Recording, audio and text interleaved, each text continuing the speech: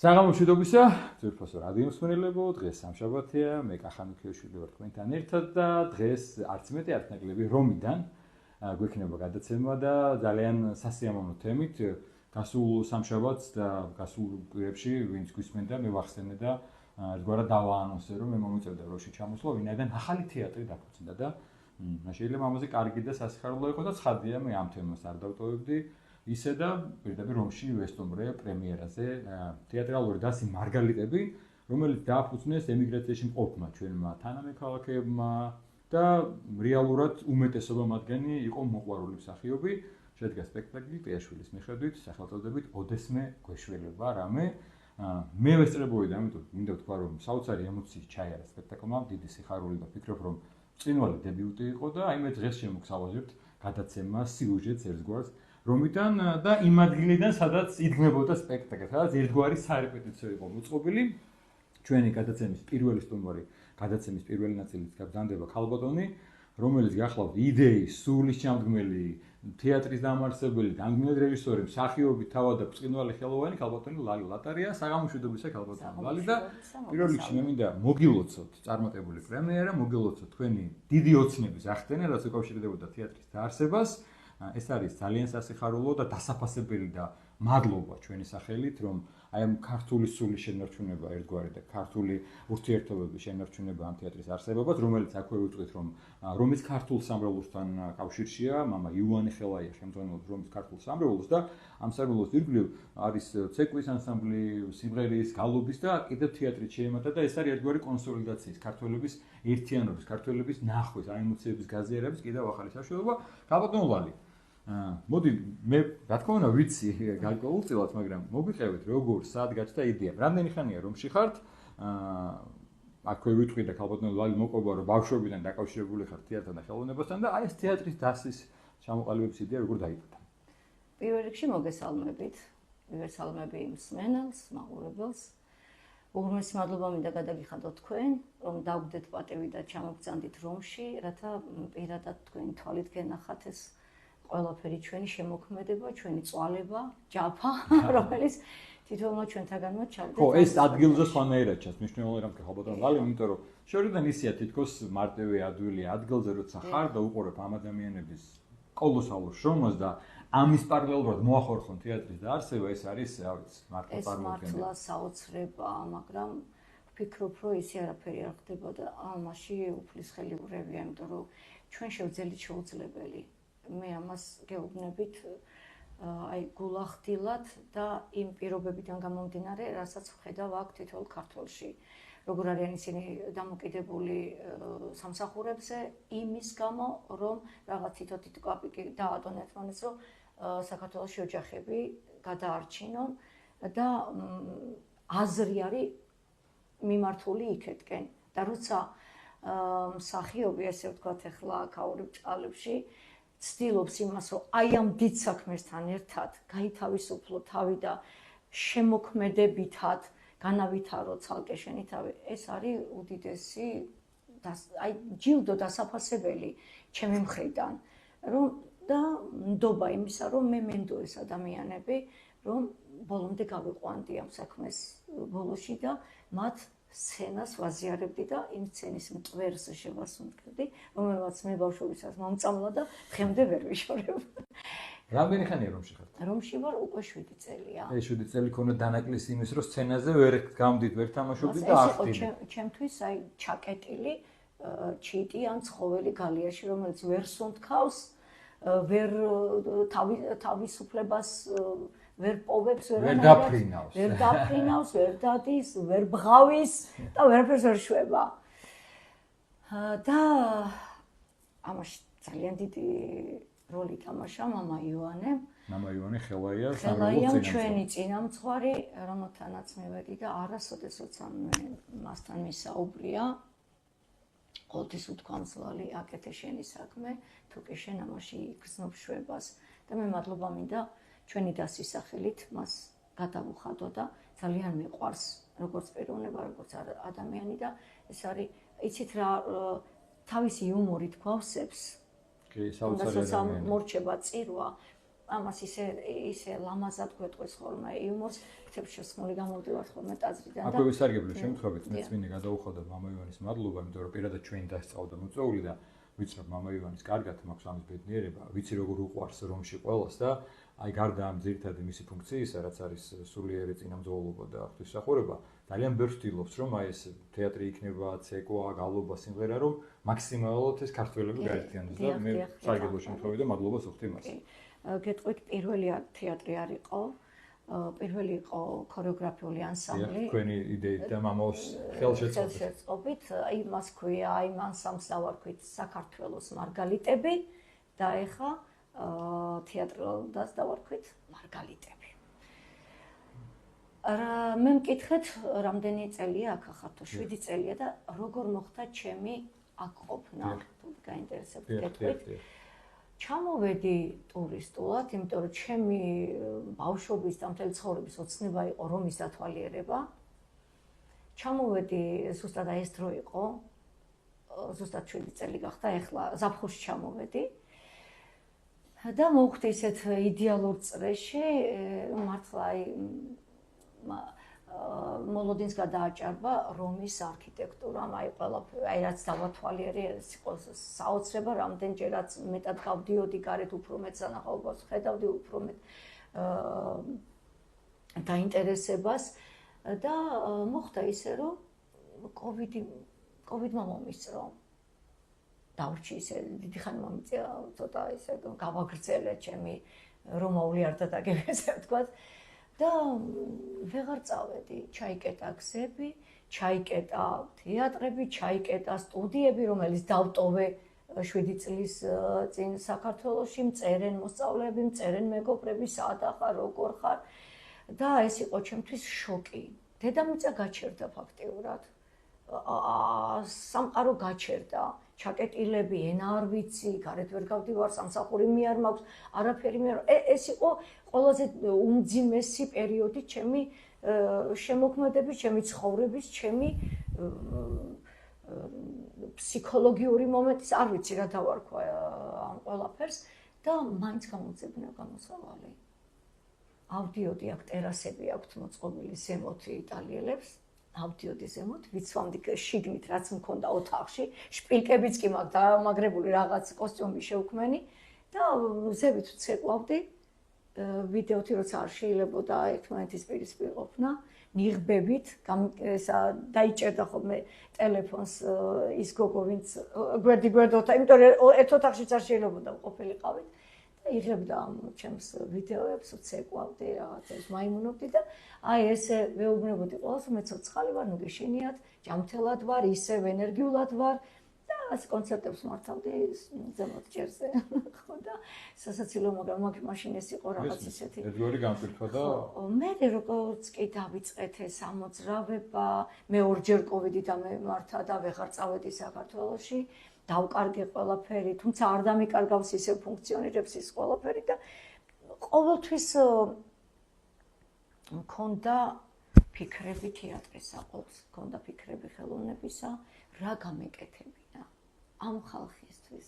ჩემი მეორე საქართველოსთვის, რომელიც საზღვარს გარეთ იმყოფება და იმ ჩემი ქართველებისთვის რითი შემემსუბუქებინა აქაური პირობები. მართალია თეატრი ძალიან დიდი სფეროა და უცებ ვერ დაგიჯერებს აქაური ქართველი, რომ შენ ვიღაცა ხარ, ვინ ახარ, რა ხარ, საიდან მოხვედი, რატო მოხვედი, ვითი ხარ ჩვენგან განსხვავებული და ასე შემდეგ და ამიტომ რაღაც მარცვალი დავიწყე ჯერ ცეკვით. ცეკვა ესეთი რამეა, ნუ აიყოლიებ ხო და თეატრი უფრო მძიმე თემაა. რადგანაც კარგად წავიდა, თქვენც ხართ იმის მონაწილე, რომ ჩვენ ფლორენციაში გახდით, ერთობის ზეიმზე, რომელიც მამა აბრამის კურთხევით ხდებოდა,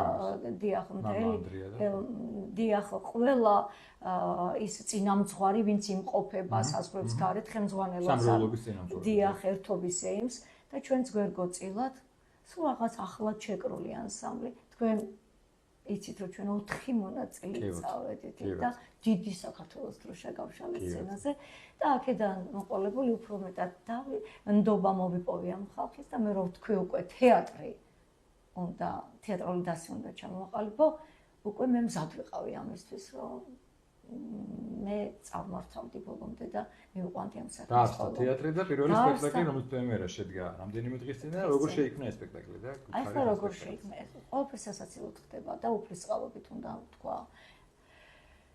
ჯერ გაბედვაც მშინოდა პირველი რა იყო ჩავწერე რაღაც ცოცხალი რეკლამა რომ რომში ჩემთვისაც წარმოუდგენელი თქვენ დამიჯერეთ ჩემთვის წარმოუდგენელი ვერც კი ვიფიქრებდი მე რომში თეატრს დაარსებდა და ქართულ თეატრს თორე რაღაც ქართული თეატრი რომში პირველად მართლა ისტორიაში ჩასაწერი მარგალიტები ყავს და მართლა დასაფასებელია ეს ადამიანები ვინც ამ ყველაფერში მიიღო მონაწილეობა მარტო მე ვერაფერს ვერ გავხდებოდი მე უცებ შეიკრიბა შემოქმედებითი ჯგუფი რომელსაც ყველას თავთავისი საქმე დაევალა და პირველი ვინ იყო ახლა ამ საქმეში ამ დროს ვიყავი საქართველოში რაღაც მომიწია ყოფნა პირადი რაღაცეების გამო და კონტაქტები არ შემიწყვეტია და ქალბატონი ჩვენი დეკორატორი და მერე კი როლის შემსრულებელი და გაგიკვირდება და ქალბატონი ორი მამაკაცის როლის შემსრულებელი გახდათ ლია ჩიქოვანი რომელიც მეორე ბლოკში ვიყოლება სტუმრად ძალიან კარგი როგორი ადამიანი იცით ძალიან აქტიური ეტყობა აი ძალიან აქტიური ესე მოსვლებას არ მაძლევდა დღეს ვასაკეთებ ხო რა უნდა გავაკეთო ესე მოდონების საშუალებას არ მაძლევდა და ჩამოწერა, აბა რა რეკვიზიტები გჭირდება. დამავიწყდა მე თქვა რომ ეს ქალბატონი გახლავთ მწერალი, ხატვარი და საოცრება ის არის რომ კოვიდის დროს აი ფონზე ეხა ვინც გიყურებს კოვიდის დროს დაიწყო ეს ყველაფერი, რომელსაც საერთოდ ფანქარი და ფუნჯი არ აუხია ცხოვრებაში და რა არის უფალი, რა არის შემოქმედება ალბათ შიგნიდან იყო ეს ყველაფერი და ამ დედობრივი, ამ ცხოვრებისეული როგორ ვთქვათ საქმიანობით ვერიცლი და საკუთარი თავი. მის სახშივე აქ ტარდებოდა რეპეტიციები და დაიწყეთ რეპეტიციები. აქ დაიწყო ეს ყველაფერი და თუ რაიმე დეკორაცია, თუ რაიმე რეკვიზიტი შეიქმნა, აი აქ მოხდა ყველაფერი. ამ ფუნჯებით, ამ საღებავებით და ამ ყველაფრით და მადლობა მინდა პირველ რიგში მას გადავხადო. რამდენი ხანი ემზადებოდით, იმიტომ რომ აქვე უთხრა ჩვენს მენელს. კვირაში ალბათ ერთი დღე ქონდა. ერთი დღე, და ისიც ალბათ შეიძლება ყველა შეკრება, იმიტომ რომ ყველას რუტინული შოვა. იმ ერთ დღესაც ვერ გვესწრებოდა ვერავინ, იმიტომ რომ მათ ყავთ მოსავლელი ბებიები, თავის საქმე აქვს, თავისავს არ ეკუთვნიან. ეს არის უმძიმესი ფსიქოლოგიური მომენტი, რომ შენ რაც გინდა იმას ვერ აკეთებ. ძალიან მძიმეა ემიგრანტის ცხოვრება, აი მაგაც. მოხდა კიდე ისე, რომ მივდიოდით ისეთ ადგილას, ახლოს პარკთან, სადაც ის იმ პერიოდში, როცა თქვათ ეძინავებიას, ან დრო ქონდა რაღაცა, ჩამოირბენ და გავივლიდით რეპეტიციას და ისევ საათზე. როგორია ხა რეპეტიციო და საათზე იყურები, როდის უნდა გაიქცე და ჩემთვის რა იყო ეს? რა ჯოჯოხეთი იყო ჩემთვის ეს ყველაფერი შემეკრა და ბოლომდე მიმეყვანა როცა არ ყავს მსახიობი იმ ეპიზოდში რომელიც უნდა გაიაროს და რა რთულია კიდე იმ მსახიობებისთვის როცა არ ყავს თავისი პარტნიორი გვერდით. ვთქვათ რომ მოყვარულე პირველად ადგენს სცენაზე. და პირველად არიან. პირველი შეხებაა. ჩემი ყველაზე მე როცა ვნახე სპექტაკლია თუ თქვა გადაჭარბა ყველანი მოლოდინს ვერ იტყოდი რომ ეს ხალხი იყვნენ პირველად სცენაზე. მათი ნიჭიერებით, იმპროვიზაციით, გამოსახველობით და იგივე ხდებოდა დარბაზში, საოცარი ემოციებით და ყველა იძახდა რომ არ ველოდით ჩვენ ამას. არ ველოდნენ, მართლა არ ველოდნენ. და ჩემთვის ყველაზე დიდი ბედნიერება ისა აი ამ დარბაზში იყვნენ თვითონ ის ემიგრანტები, რომლებიც მეგობრობენ, რომლებიც საუბრობენ და აღმოჩენენ. აი ესე აი შენ ხარ ეს ამან შეასრულა და ეხლა დღეს როცა გავიღვიძე ამ დილით SMS-ები მოდის, შეიძლება ჩვენს მივიღოთ მონაწილეობა, ჩვენგანაც შეიძლება რაღაც გამოვიდეს. მოტივაცია გასცდა. ანუ დასი გაიზრდება. გაიზრდება და რა ბედნიერება ჩემთვის. როგორც ვიცი, მიწვევაც მიიღო სხვა ქვეყნიდან უკვე. კი, უკვე ხდება ეს ყველაფერი და აქედან მინდა ვისარგებლო და ჩემს მეგობრებს, საქართველოში მყოფ რეჟისორებს, მსახიობებს, ვინც აი ამ წინა მომზადების პერიოდში მხარი დამიჭირა და ისეთი თბილი სიტყვები და ისეთი ენერგია და მუხტი მომცეს, რომ მე ორმაგად გავიზარდე და მე უნდა თქვა მე ეს ხალხი არ უნდა შევარცხინო. მე ამ ხალხს თავიანთ სიტყვას არ გაუწბილებ და მე ამ საქმეს მოვამ. ყველა მსახიობის სახელები გახსოვთ რო ჩამოვთვალოთ ხომ ეს სცენაც. მოდი დავასახელოთ და გავაგებინოთ ჩვენ სცენას ვინ არის ეს ხალხი, ვინც ამ რუტინული შრომის მიუხედავად ეს მნიშვნელოვანი საქმე შედგეს. ჯერჯერობით ასე ეს არის. თქვენ ისინი შემახსენეთ, ახლა შეიძლება ვინმე გამოცეს ისინი თვითონ როლის შემსრულებლები და მე დავიწყებ ახლა. პირველი ლალი ლატარია თავად. ცხენი ხო? ვაი ეს რა იყო? ცხენის როლი. გალბატონი ლია ჩიქოვანი რომელიც გვეყოლება მეორე ბლოკში, რომელიც ქალად გავიცაენ და ისეთი კაცის გარდასახვა იყო, რომ დიდხანს ვერ მოხდი რომ ლია იყო.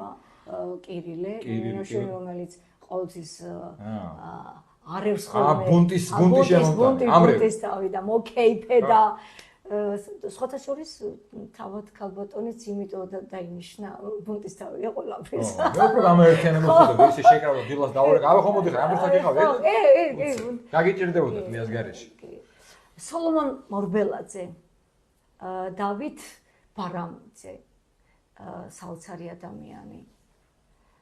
როგორ მოერგო ამ როლს და ბოლომდე გაიტანა ლელო. მადლობა მინდა მას გადავხადო. ეფროსინი, ყველაზე ასაკით პატარა გოგონა, რომელმაც ითამაშა შესანიშნავად და ბრავო ტაში მას. მასწავლებელო მე ასე მომდე ესეთი საქმე. მასწავლებელო მე რა ვიცი შევძლებ ამას და ნუ შეძლო. მაიკო ამაღლობელი, მაია ამაღლობელი, გახლავთ სამტრედიის თეატრის მსახიობი, სახალხო თეატრის მსახიობი, რომელმაც გაიტანა სპექტაკლი და ძალიან დიდი ენერგია ჩადო ამ სპექტაკლში. ხანდახან მე როცა მაგვიანდებოდა ან დრო არ მქონდა, ან მეც არ მიშვებდნენ სამსახურები და თვითონ არ უშვებდა მოსულ მონაწილეებს და გადიოდნენ ჩემს გარეშე რეპეტიციებს. მადლობა მაიკოს ამისათვის. იყო თამუნა შაშიაშვილი, მან წამყვანის როლი ითამაშა, არაჩვეულებრივად მოერგო ამ როლს და პატარა ბავშვით, 3 წლის ბავშვით დადიოდა რეპეტიციებზე. ახლა ეს მართლა დიდი ტაშის ძალიან იმსახურებს ყველაფერს, ბავშვი ხან ჭიჭყინებდა, ხან ძილის დრო ქონდა, მაგრამ და თურმე გავიგე რომ ეს ბავშვი ყველა სიტყვას ჩვენსას იმეორებდა დარბაზში. ყველა სიტყვა დამახსოვრებული ქონდა. მადლობა თამუნას.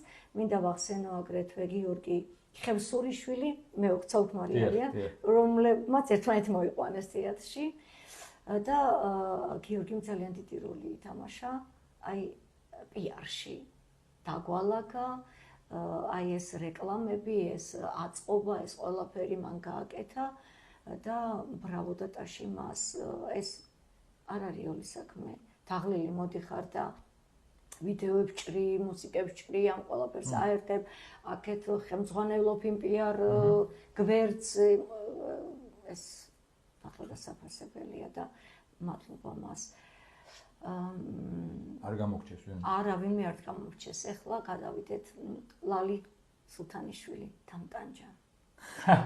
დამტანჯა როლის აი სიტყვების ისეთი ის გამოიჩინა სპექტაკლში. განათა სცენას. სხვებს დაავიწყდა. მაგან ორმაგად ტექსტები თქვა. აი მოხუცი სულს ვინც დავუშვებდა. ლალიკო, უმეტესი მადლობა მინდა. ეგ არის საოცარი მეგობარი ადამიანი. მეგობარი როგორც ადამიანი სასწაულია. პირველად იდგა სცენაზე და პირველად როცა რეპეტიციობდით ხმა უკანკალებდა და ძალიან ძნელად მაგრამ ბრავო გაამართლა.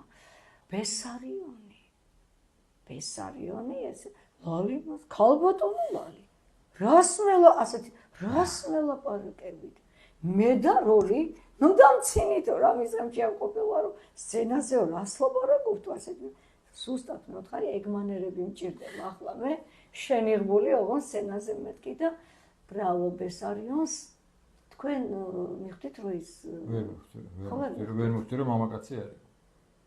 და მადლობა მინდა მას გადავხადო და მეუბნება რომ მე ამ როლს ვითამაშებთ ვითამაშებ თქვენი ხათრით და მე ნამდვილად ჩვენი არის გარდასახვევი. სპექტაკლი აღარ მოვა, ჩემს სახელი აღარ აცემათო და ეხა გუშინ მეუბნება ქალბატონო, აი მეორე სპექტაკლი რა გვაქვს. კარგი. რამხელა მიღწევა ეს. არ გამოგჩენს ვინმეთან ჩვენი დროც იწურება და ვინმე არ დავტოვოთ. ანდრია კი ბატონო. სტიქაროსანი, ასევე დათოს. ტირვაზე რომ მივედი სპექტაკლის წესი იყო და მამა ივანი მეთქრა რომ აღარ ყავს სტიქაროსანი ლაუდა დამასკის ყველა. სტიქაროსეს იყო აღმოჩენა სხვათა შორის ეს პიროვნება აღმოვაჩინე ტრაპეზზე რომელიც მამა ივანე გამიმართა და დავიჭირეთ. აი ეს ესე მოკრებილი მარგალიტები შევკრიბეთ. სალომე პატარძალი, ჩემი ლამაზი სალომე, ჩემი მართლა მარგალიტი, საოცრად ნიჭიერი გოგო, საოცარი გოგო, მადლობა მინდა მას გადავხადო. ნონა. კი ბატონო. ნონა, ჩვენი კოლორიტი თეატრის, რასაც ქვია, სასაოცრება. აი, როცა რეპეტიციობდით გარეთ ქუჩაშიც გვიწევდა ხოლმე, იმიტომ რომ გვიან ხამე უფრო იცლიდნენ ყველანი. ჩანთა მოკიდებულია, ჩანთას ვერ ვადებინებდით ხოლმე, რატოდებ დიაბეტი მაქვსო. და ისაო ტკბილეული დამოქო და ჭიანჭველები არ დაესიოსო და ამიტომ ჩანთით რეპეტიციობით. ნონა ასევე სპექტაკლში მონაწილეობდნენ საქართველოს მარგალიტების ქორეოგრაფიული ანსამბლის გოგონები. სრულყოფილად არ იყო ჯგუფი, მხოლოდ თამუნა ხენგავა და ანა გორგიშელი.